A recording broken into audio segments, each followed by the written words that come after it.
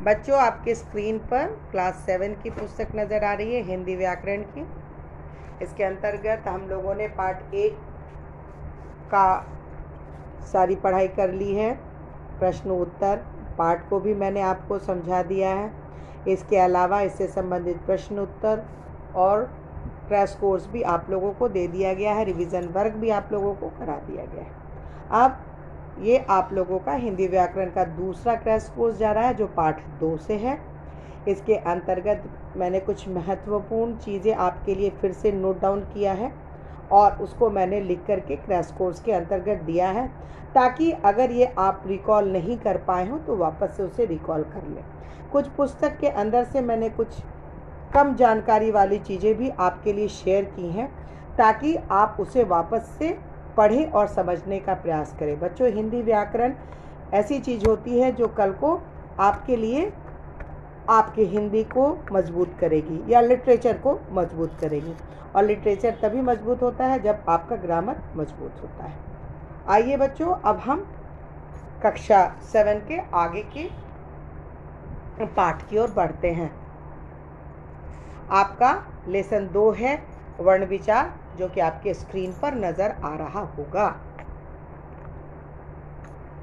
बच्चों, जैसा कि मैंने आपको बताया है, कक्षा 7 हिंदी व्याकरण क्रैश कोर्स पाठ 2, पाठ का नाम वर्ण विचार।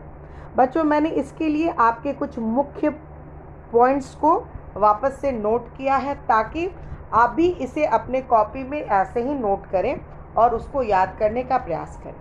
वर्ण भाषा की सबसे छोटी इकाई है, जिसे खंडित नहीं किया जा सकता। वर्णों की क्रमबद्ध श्रृंखला को वर्णमाला कहते हैं। वर्ण 2 प्रकार के होते हैं, स्वर तथा व्यंजन। स्वर बिना किसी सहायता के बोले जाते हैं। स्वर 3 प्रकार के होते हैं, ह्रस्व स्वर, दीर्घ स्वर तथा पलुत स्वर। व्यंजन का उच्चारण करने के लिए स्वरों की सहायता लेनी पड़ती है।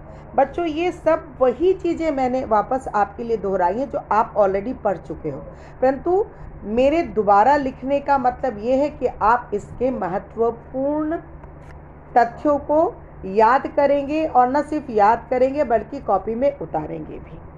व्यंजन भी 3 प्रकार के होते हैं, स्पर्श, अंतस और ऊष्म। इसके डिटेल्स को आपको वापस से पढ़ना है और पढ़कर समझना भी है। हिंदी के वर्णमाला में 4 संयुक्त अक्षर होते हैं, छ, त्र, ज्ञ और स। ये संयुक्त अक्षर बहुत महत्वपूर्ण होते हैं, जो बाद में कई न्यू अक्षर्स को बनाते हैं। संयुक्त अक्षर अथवा संयुक्त व्यंजन। हिंदी की वर्णमाला में 4 संयुक्त अक्षर हैं, छ, त्र, ज्ञ और श। बच्चों, इसमें से कुछ नए शब्द बने हैं, जैसे छ बना है क और स से, कक्षा। त्र, त प्लस र यानी कि स्त्री। ज्ञ प्लस अ ज्ञान, श, स प्लस अ अंशु।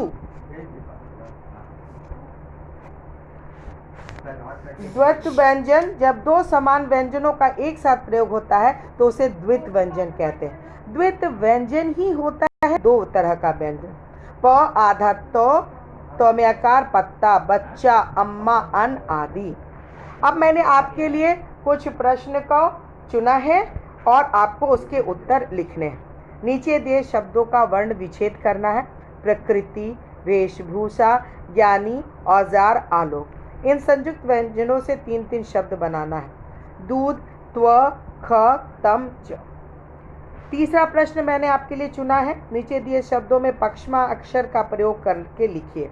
परंपरा, पंखा, व्यंजन, डंडा और मंदिर। उचित मात्रा लगाकर शब्द बनाइए। इन कुछ शब्दों में मात्रा विलुप्त है, जिसमें आपको मात्रा लगाकर शब्द बनाने हैं। मसम, लापरवाह, बरस, 10 वर्ष। र के प्रयोग के नियम बताइए। बच्चों, र के अन्य व्यंजनों के साथ प्रयोग होता है। र का रेफ के रूप में प्रयोग होता है। र का इस तरह जो आकार है, इस रूप में लगाया जाता है। र के विभिन्न रूप इस प्रकार होते हैं। र प्लस उ, रू, रुपया। र प्लस बड़ी उ, बड़ी रू, रूस, रूप इत्यादि। आशा है बच्चों इसे आपने अच्छी तरह समझा होगा। जैसा कि मैंने आपको बताया है, कुछ कम महत्वपूर्ण तथ्यों को मैंने आपके साथ शेयर किया है, जैसे र का प्रयोग, पक्षमा अक्षर, द्वैत व्यंजन इत्यादि। उसे आपको अच्छे से अपने कॉपी में उतारना है, लिखना है, याद करना है और ये आपका रिवीजन वर्क है।